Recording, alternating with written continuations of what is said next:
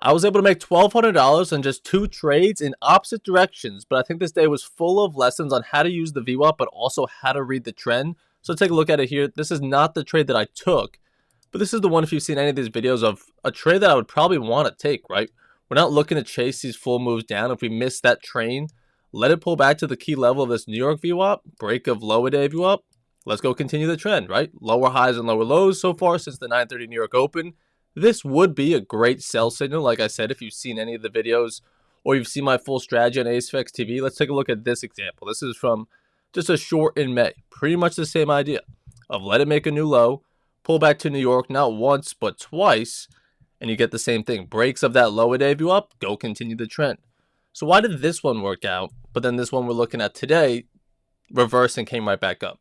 So the reason I did not take this short is because let's look at the electronic trading hours, which just shows us that pre-market price action. Now you can see that short doesn't look so great. It's actually right off of that daily VWAP from the changeover of day. So rather than trying to short through it, when we just clearly bounced right off of it, not the greatest sell signal. The trend is actually somewhat bullish on the higher time frame. So let's blow that up a little bit as well, and you'll see that too. So this right here on the arrow. So overnight, the big move down on the news, but then we trailed it all the way back up. Now this move down at the open, although looking bearish, is just the retests and like pulling us back to create a higher low off of that daily VWAP. So that's why I don't love this short.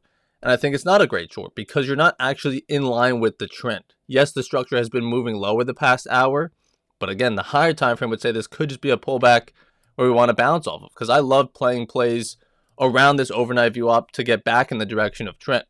So hopefully that makes sense. And now let's go into the trades I did take, because there's also good lessons on that. This is the first trade.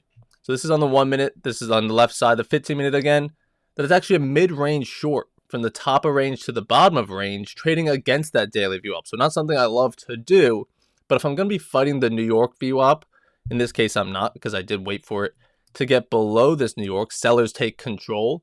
But we have this clear resistance above us of not once, but a couple times now, even here through the news, to that previous day's New York VWAP, as you can see here on the 15 minute in blue.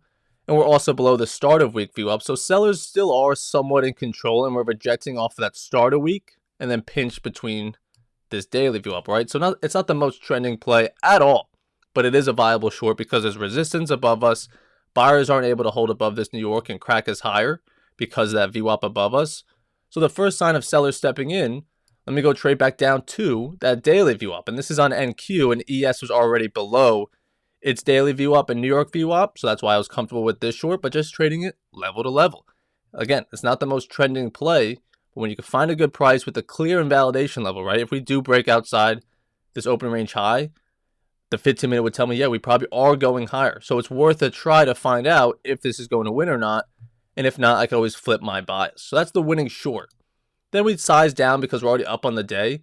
I actually long it off of that daily view up. This is a pretty nice long.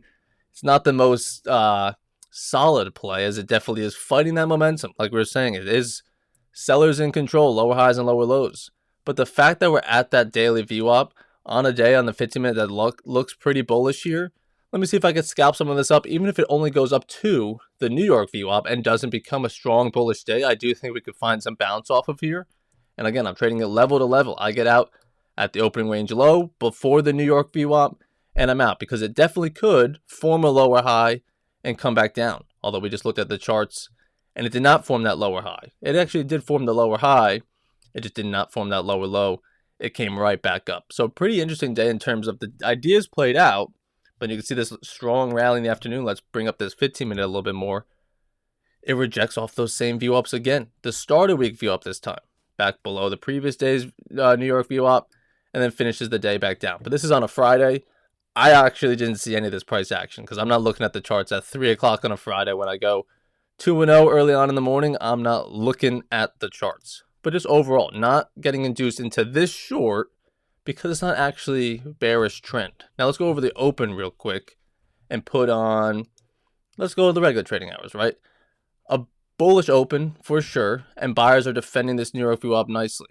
Now I'd say there's not really an opportunity for longs because you don't get that like extension up of like a strong bullish candle trying to break us out of this New York VWAP, but it is holding it. So maybe you want to find those longs. But again, I think using another VWAP of the previous day's New York, like we have in this markup here, doesn't really favor the longs into that. That if I'm going to be trading, I like to be trading off of a VWAP or to a VWAP, right? In this case, I'm trading off of the New York VWAP to the daily one where I know it could bounce, which is exactly, I know it could bounce off of this, so I'm trading it to the next one, which is the New York. I'm not trying to catch the whole entire move, not trying to know what the trend's going to be for the entire day. What is it doing right now? Who's in control? What looks most probable in the next 20, 30 minutes, whatever the case may be, right? Because like I said, you could want to fall into the short, but there's not much room down to that daily view up. So it's not worth the risk reward to try to even scalp that short. That I actually had it marked up. Let's go to the minis here. I think I have it marked up. I had it marked up this way, yes. The long opportunity, because you see, I don't actually want to short it on that 1 minute like we were just saying, the 15 minutes holding that daily view up. Well, not chasing this long because the 15 minute, it's not really a take of New York. Buyers aren't stepping in. But then you see this failed break of lower day view up saying sellers can't take it. And remember, the daily view up is down here, right? But the second time buyers take that New York, this time with some strength, you can put a stop loss below structure, below the low of day view up. And again, trade it level to level from, I guess, bottom of range, mid range to the top of range. Does it go higher? Absolutely. Don't care. I get 1R to the top of the range. I can scalp it real quick. Inner range, level to level. Happy days. End your Friday off nice and well, right? Don't need to catch all of every move or even know, hey, is this bullish momentum going to sustain or does it come back lower again later? Read and react to VWAP. Know what levels are in play. This wasn't even a day that did follow in line with that trend like I'm saying, right? Normally we go back to here. We're finding longs off this daily VWAP. We're going to have a nice strong bullish day, right? Actually came back down and ended the day lower. But it doesn't matter. I don't need to be right in that aspect. I just need to be right for the next 10, 20, 30 minutes, which is all it really is. When you're scalping these VWAPs, I'm reading and reacting. What levels are we holding? What levels are we not holding, right? Let's go to this one because it has all those VWAPs. Lots of drawings going on, right? But here at the open, you can see we definitely could see some shorts, maybe down to there. Then once we get there, I don't know exactly what's going to happen. But using my best judgment, I'm able to scalp some of it higher. And then maybe someone did scalp it back lower. It's not the cleanest of days, but there were definitely opportunities to scalp it nice because I think playing with the capital later on in the morning, right? You can see 1150, so just shy of $1,200. But topping off a nice week, ending it on a Friday with 2 wins, I don't care where that price is going the rest of the day. I'm done. I'm checked out. But again, like I said, all of these, for the most part, are all taught here in Futures 2.0, which is the strategy that I teach, and then stream it live on this same website. But these ones, I think I'm going to do an update to it. I know a lot of you want to see more chapters on reading the 15-minute trend, which is heavily what we just talked about in this video. You can see I have one little chapter on it. Definitely going to buff that up in Q3. Haven't started working on it yet, but I will, because I think it is a huge aspect of my trading, even more so than it was when I built the course originally, right? So that will be on the way, but be patient. Thank you. But hopefully you guys made money in these days. Hopefully you didn't lose money on this short, more particularly, because I do think the short here, last thing in the morning, is tough. It wasn't my favorite trade to take, right? Trading in mid-range, because you just know in the back of your head at any moment, following that bullish push, we know we could just form a higher low somewhere and pop back higher. So I don't really love trading mid-range. You know I like to be outside of my levels, but it was worth the risk reward, worth finding out, sizing down a little bit to find out if I'm right. And I was. And then playing with some profits to try to scalp it off the bottom. And you can see I got out here, right? Could I have made more way later on in the day? Yeah, but I'm just scalping a little quick move. And one last thing to mention, sorry, on this one. Let's just go to the markup for it because we already got it there. The short here. Notice how, if you can see that, is 10:33. So we're 3 minutes into the day, or that candle. But right here is the start of that new 15-minute candle. That since the start of it, it's been all buyers off of that daily view up. Let me just see if I could find some more bullish momentum for the next 10 minutes or so, right? This 15-minute candle. Because we get that one 15-minute candle to finish bearish right here. Well, the next one's starting, and it's already bullish. So let's go see how long we can go continue that for. And it was a nice bullish bar. I think that's another keynote we don't talk about too much, and it's not really trackable, I guess. But it is something I definitely look at. If it can get a new candle in my direction or follow the momentum of a new candle, it's probably likely to finish in that direction. Let me go play those risk rewards, right?